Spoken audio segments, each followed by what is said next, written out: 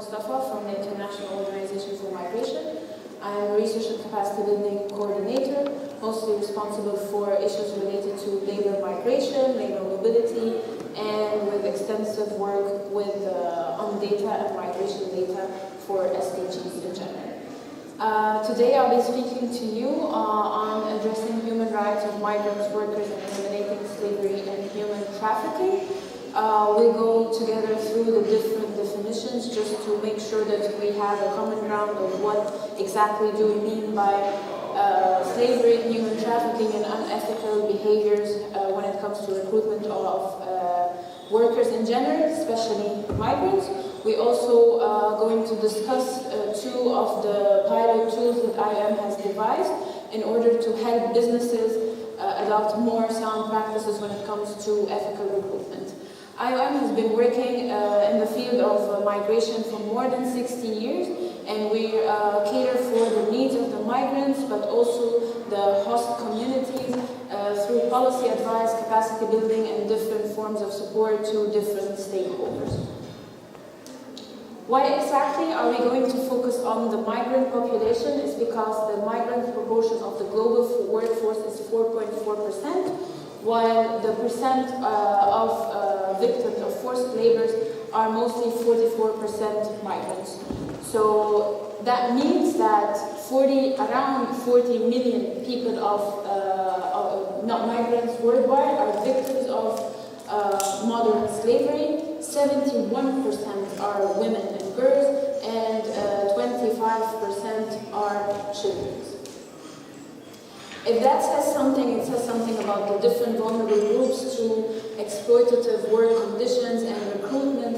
And the vulnerable groups are not only migrants, but it's a complex of migrants, minorities, illiterate workers, asylum seekers, women, young workers, temporary workers, domestic workers, and poor workers. What exactly do we mean by vulnerability? Vulnerability is the diminished individual capacity to cope and to resist any adversaries, whether they are man-made or nature-caused hazards. So IOM grouped the factors of vulnerability into four main groups. One is the individual factors, be it the age, the gender, the ethnicity of the person himself or herself, the physical state. The second is the household factors, whether within the household there's a vulnerable person that needs special care. Also, there are some community-led factors. Some communities which are host to migrant workers might be more hostile than others. They might be less welcoming to migrants working and living in their communities. In addition to the structural factors, something like the recruitment process, the work permits process, corruption per se. So more than one factor could interplay and increase or decrease the vulnerability of the groups that we're talking about today. So if we're talking about terms as big as slavery, human trafficking, and so forth, it would be good to understand what they are. So if we're talking about modern slavery, which is an umbrella term often used to describe various forms of exploitative abusive practices, includes a set of specific legal concepts such as forced labor, debt bondage, forced marriage, slavery right practices, and human trafficking. On the other hand, another important term is trafficking in persons, which is the recruitment, transportation, transfer, harboring, receipt of person by means of threat of use of force or other forms of coercion, abduction, fraud, deception, abuse of power, and so on. So the different forms of definition that we can discuss usually have two things: people and the use of force.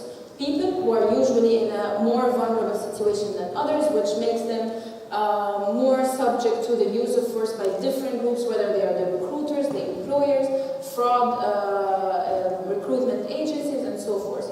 So these are the two main factors that whichever definition that you're going to look into would definitely tackle them: the use of force and the individual case.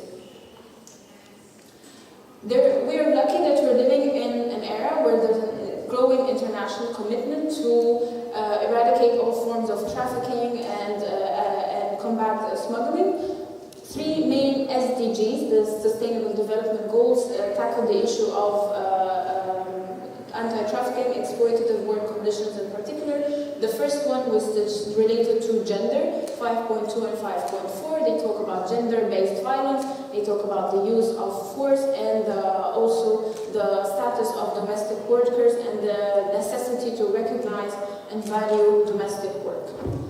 8 is pretty much self-explanatory, which is decent work and economic growth, decent work for all. It focuses on also the need to combat forced labor, and it specified different groups like child labor and women again. And also it also tackles issues related to trafficking and smuggling of persons.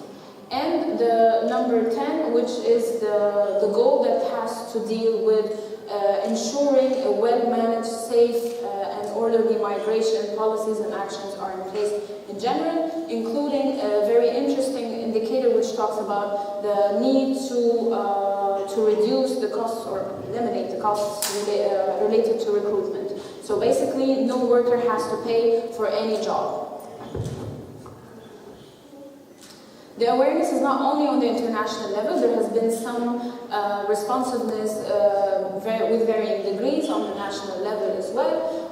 The most prominent one is the UK Slavery Act of 2015 and the California Transparency Act in Supply Chains. There are also the DACA principles, which is a result of discussions with multiple stakeholders that resulted in the adoption of 10 principles that also tackle the idea of enhancing work conditions and eliminating slavery and trafficking with all forms. Also, there's an increased consumers' awareness with regards to the brands that people, whether purchase products or resort to for services. So consumers are growing more and more aware of their choices, and they opt for a brand name that is even more respectful to the workers' rights, so to say, and that's a competitive edge that businesses can tap into. So I would pause here for a second and ask if we have any business representatives in the room, and what do you think when you hear about the brand image or the brand story? Do we have anyone who has a business or comes from a private sector background? You are? Would you like to, do you have a mic? Yes. Thank you.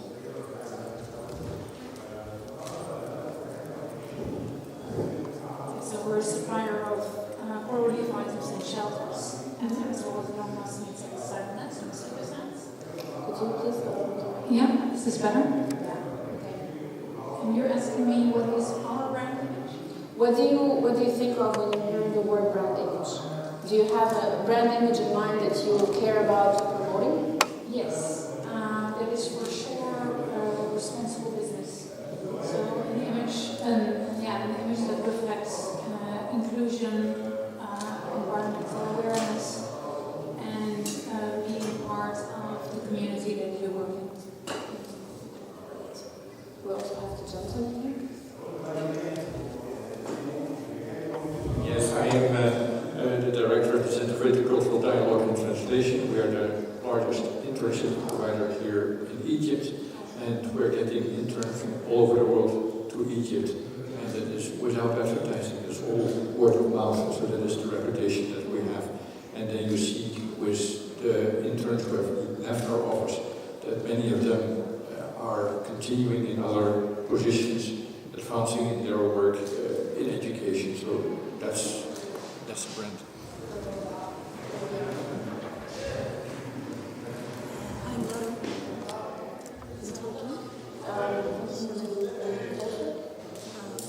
It's not working.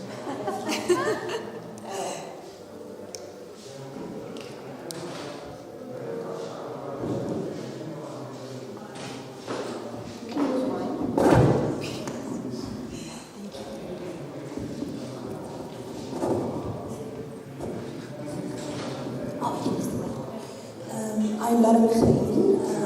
I work in Kusur Development Foundation. So it's not like a business definitely sector, but we have our own brand, and it's called Salil. And this brand is basically concerned with women empowerment. So we train some women in order to purchase certain products like makeup bags, laptop bags, and stuff like that. So in one way, we benefit them and we kind of like give them an idea of how to improve their skills. So I guess our brand image here would be like women empowerment and improving, of course, their living standards. Anyone else? Okay. So it's interesting that we not only have business representatives in the room, but aware business representatives. So it says something about the growing sense of adopting and promoting the ethical work conditions in general. Thank you for the presentations.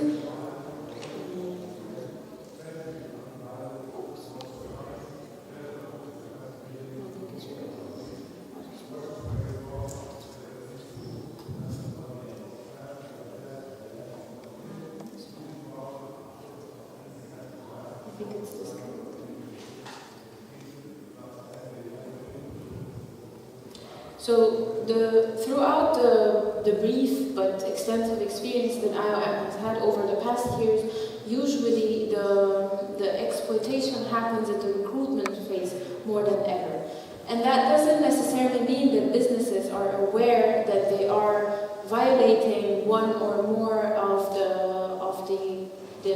conditions or the principles of ethical recruitment. It's just simply that sometimes happen, and it starts, especially for migrants workers, it starts at the country of origin, where the businesses are not really fully in control with the entire process.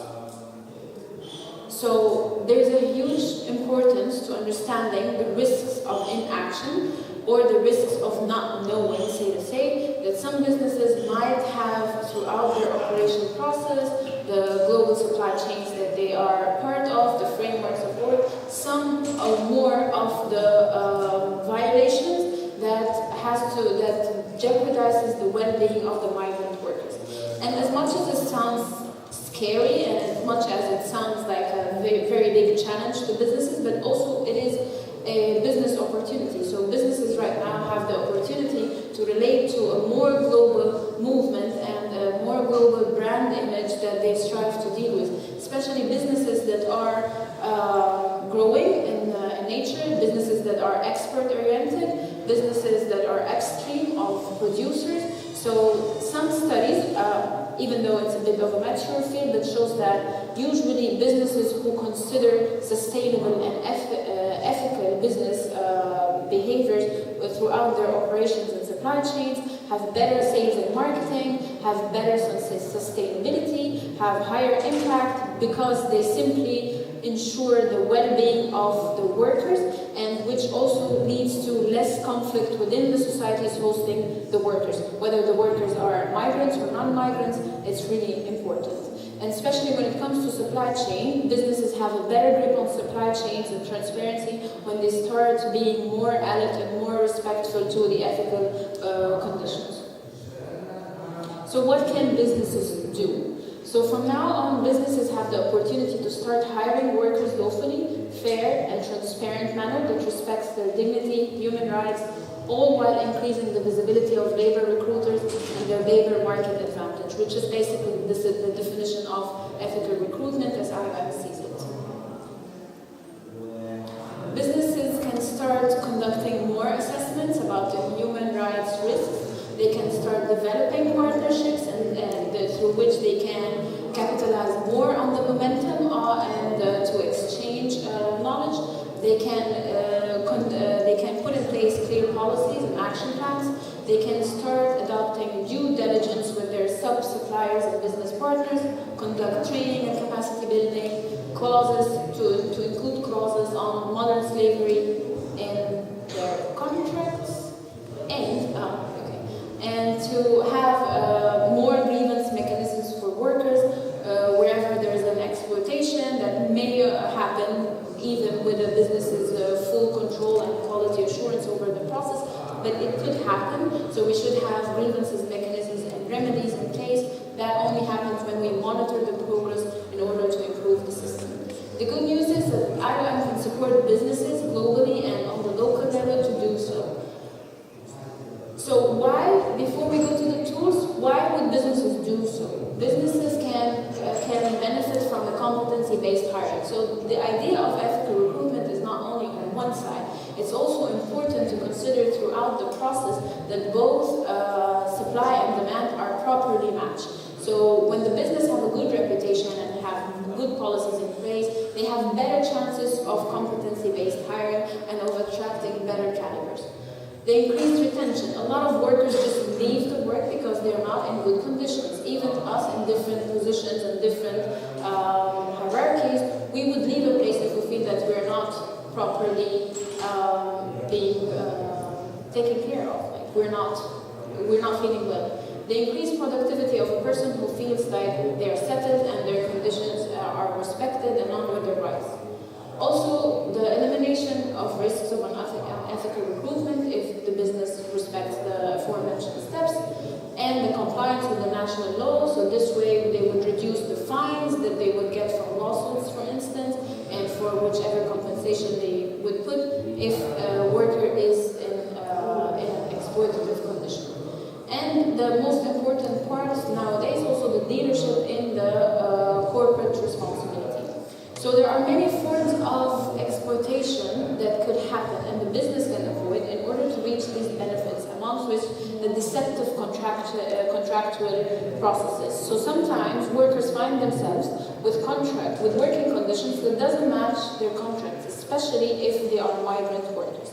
The lack of insurance, the disrespect for the rights of the worker, the limited mobility. Some employers, especially in the GCC country, they can confiscate the passports of the workers and then leading to limited mobility options for them. They cannot just break the contract whenever they want to, even though these workers are a wealth for the countries, but still the conditions are not very favorable to achieve the well-being of the worker and the business in the larger sense. So what are the IOM tools for helping businesses? We have two main tools developed so far, IRIS and CREST. The infamous IRIS, the International Recruitment Integrity System, and the Corporate Responsibility in Eliminating Slavery and Trafficking, CREST. Both tools complement each other in a way, and they are based on all the principles that has been agreed upon and developed internationally, including the fair recruitment standards and principles of ILO. So when we talk about IRIS, IRIS is a social compliance scheme which is designed to promote ethical international labor recruitment. IRIS focuses mainly on identifying who are the recruiters who respect the ethical standards of recruitment and employment. So the focus on the employers and the recruiters. IRIS principles are very much straightforward and in line with all of the principles and other processes across the world. No recruitment fees to job seekers, so the workers should not pay for the jobs. Respect for both ethical and professional conduct, transparent employment terms and conditions. For instance, the contract has to be in a language that the worker understands. I cannot hire a worker with terms and conditions and having him signing a contract that he doesn't understand, or it's not in his native language, or even an illiterate worker signing a contract that he doesn't understand. So even if it's not if it's a non-migrant worker, still there are some considerations to be there. Access to remedy, confidentiality and the data protection of the worker, the freedom of movement, and respect for fundamental rights and principles at work. IRIS is a certification scheme. It's a voluntary certification scheme that in order for a recruitment agency to acquire, they have to abide by the standards set by IOM, and they have to be subject to regular monitoring that we try to have it in place regularly.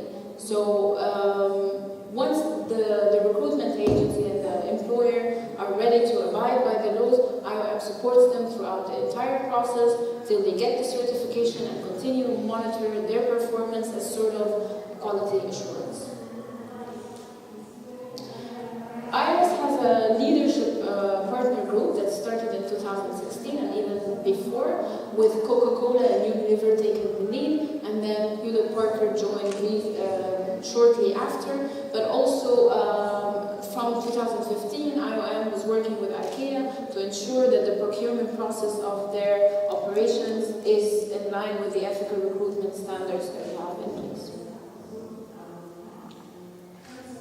Moving to CREST, which deals with the current situation. So if I wasn't on board on any of the discussions and the ethical recruitment issues and everything, mechanisms that has been going on, I still have a chance to be on board. I still have a chance to have my supply chain and value chain assessed and detect wherever there are violations to cater for. So CREST does that. CREST is during the employment. CREST is the regional initiative that started in Southeast Asia, but now we're trying to pilot it in more than one location. So both tools are in the piloting phase, where we're still receiving feedback from the recruiters, employers, and workers as well. And it deals directly with the protection of migrant workers and their communities.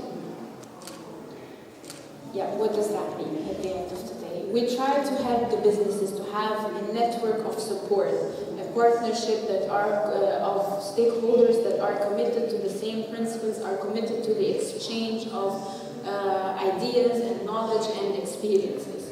We put in place and we try to support the businesses to adopt methodologies and tools that are somehow meant to be corrective measures if needed. We also facilitate the multi-stakeholder dialogue, not only between the businesses themselves, but also the multi-layered process of governments and civil society as well. So this is in a nutshell what can CREST do with the businesses.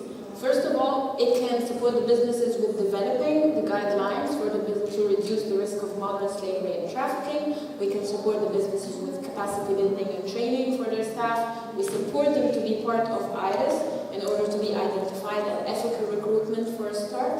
We also conduct the labor supply chain mapping to create visibility and enhance the oversight in labor recruitment processes, which, in my opinion, the most important part. Again, the business could be involved in some behavior or some action or part of their operations are unethical unknowingly. So one of the suppliers saying may be using child labor to collect strawberry from the field. I don't know. I just deal with strawberry jam and I get the strawberry from the suppliers. But the supplier have women, have in unethical working conditions, might have children, might not have safety measures in place, might jeopardize their lives, might not have any contracts at all in some cases. So mapping the supply chain is crucial for the business to detect wherever the gaps are. And following that, we empower the businesses and empower the migrants themselves to understand what could be done.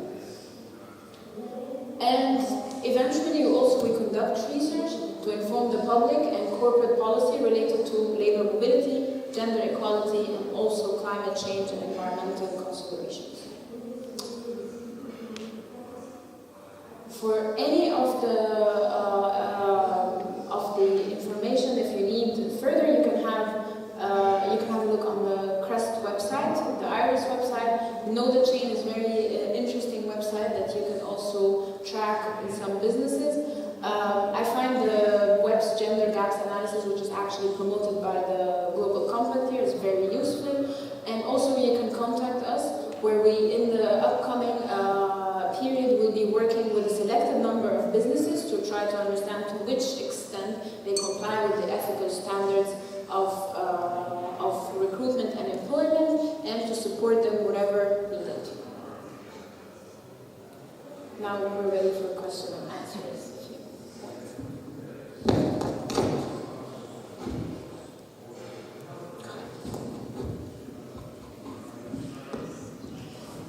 Earlier asked the question about domestic workers here in Egypt in the plenary session, and it applies here as well, because yes, you should provide workers with proper visa and that are legal in Egypt, but if it is extremely difficult to obtain such visa, then you see people move into the area where they don't have those proper documents. So it's not only what you're doing here, which is perfect, but it's also government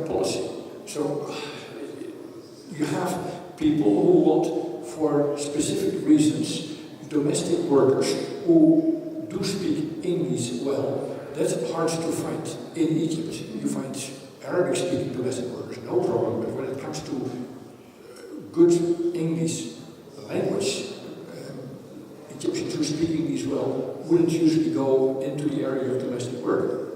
So you're getting a situation which is all related to government policy. I think this is exactly why we have such policies in place, because we realize that there are different stakeholders in the society. It's not only the government that is functioning, it's not all the workers fall under the national and the legal protection umbrella, so there's why we sense the necessity of working with private sector, civil society organization, but domestic workers specifically is a huge issue in Egypt because of the legislation that still have some room for improvement for locals themselves, let alone the migrants. So I fully agree with you, and that's why we try to work in a whole of government and whole of community approach. We don't only focus our intervention with the government, but also we try as much as possible to work with other stakeholders that have a credible record to start with.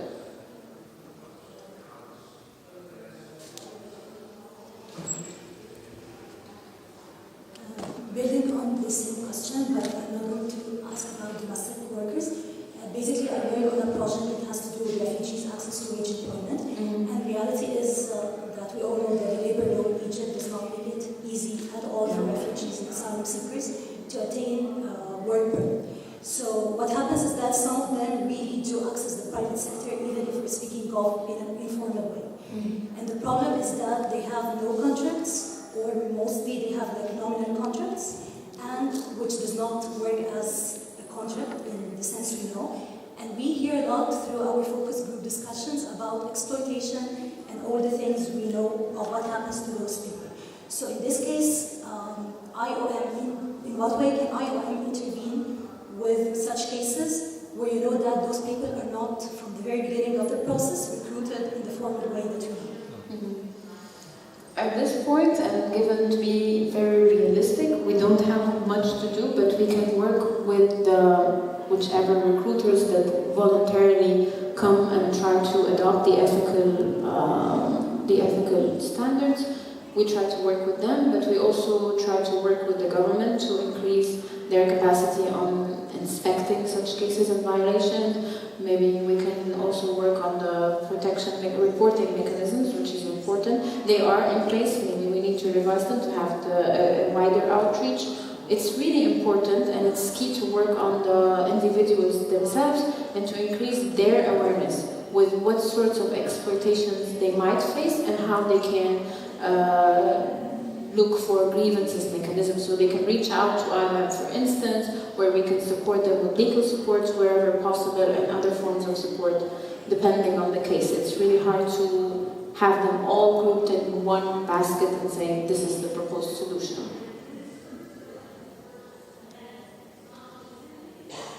But if you have recommendations for the developers of the tools from experiences, do you think that we can work with the same tools in the context of Egypt, and what are the prerequisites, if I may say?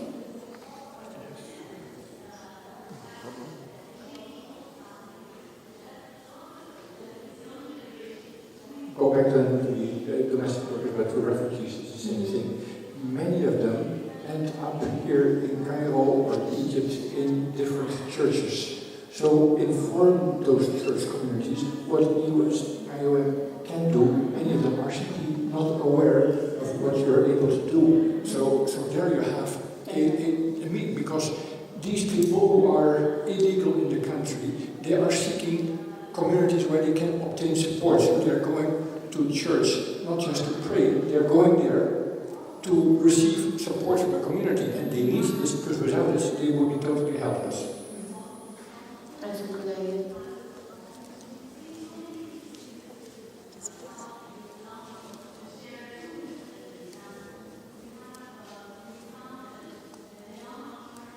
More questions? Would you be interested in joining the scheme? The business's representatives, do you think it would bring them added value to your business? Which parts exactly, if you may say?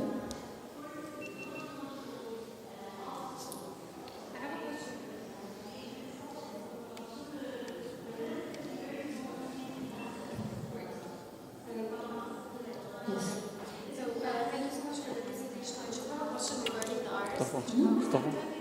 And I'm asking that the IOM does not approach the business sector. So it's the business sector that approaches the IOM to get the certification, to be certified, to be entitled to be certified for this. But the IOM doesn't have any advocacy work on approaching the business sector to FPs. Doesn't have, sorry? Any advocacy work that you do to approach the business sector yourselves? No, in the sense like it's not that we don't approach them, but what I meant by voluntary is that they have to commit to them themselves. We don't have any binding power over them. We cannot. So, but during an event like that, through the networks, we worked before the private sector representatives. So we try to promote the idea and raise awareness as much as possible. It's a fairly new area in Egypt, so we didn't really tap much into that. But what we have in mind is, of course, definitely outreach and advocacy activities to the private sector to feel the importance of joining the groups, the leadership groups on ethical recruitment and corporate social responsibility.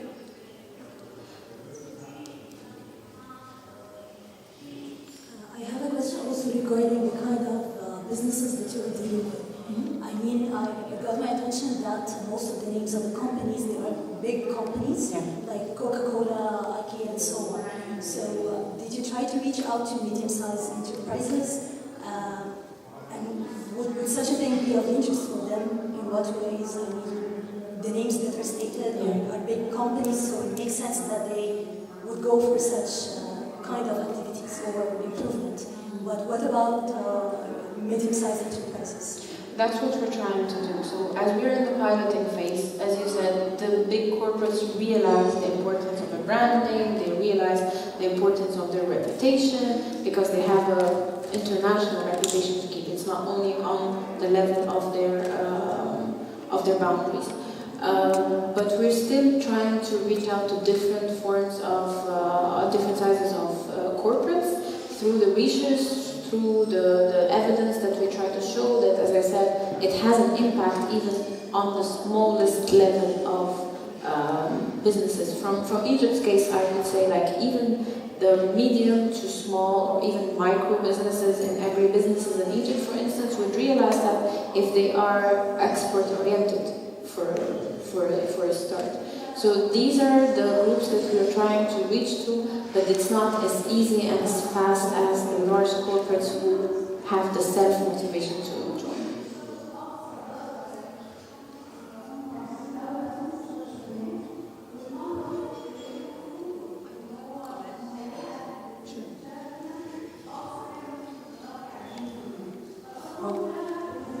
From our humanitarian from Step to Future, it's a business consultancy firm.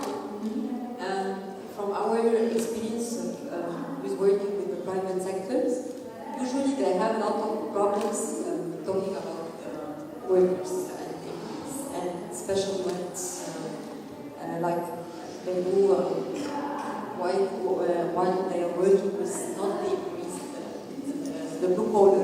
Yes. But we guess that the problem here is they need the system that can help them as employer to help the employee to have a better attitude and behaviors. And they do not do orientation, for example, for simple example, and they are waiting for the employees to follow the rules that they don't really know, and it's not really published or it's not handy. They really don't know. They have much assumptions and expectations from the Yes. workers. Yes. And this is, I guess, the solution should begin here from tackling the two sides of the story, the employers and the employee, and do it like a system or a service for the employer, not only be nice to the workers. It's not like this.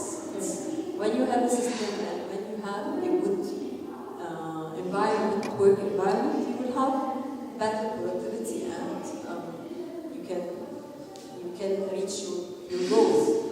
This is the economics, and this is what you can offer to the employers. So it will be very helpful for Muslims. Actually, I couldn't agree more, because we had discussions before with some of the business representatives even in the event, where they expressed that how they are willing to invest more in providing good working conditions for the workers, because they don't know why the workers leave.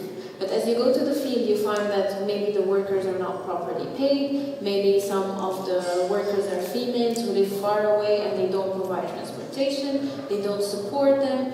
And this is something that really has to come from the business. This understanding really needs to be developed from inside, because one of the instances that we've seen in the field that a business was trying to comply to the standards or the regulations forced by the importers.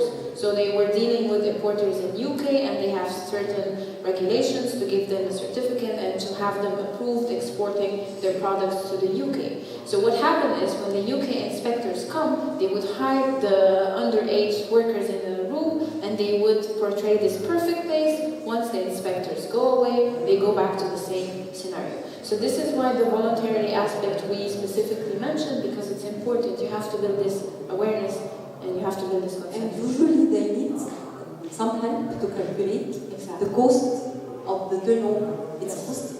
Exactly. They cannot. They don't know how to calculate it. Calculate it, and help them to calculate it will really help. Yes, that's a very good suggestion. Thank you. More ideas, comments?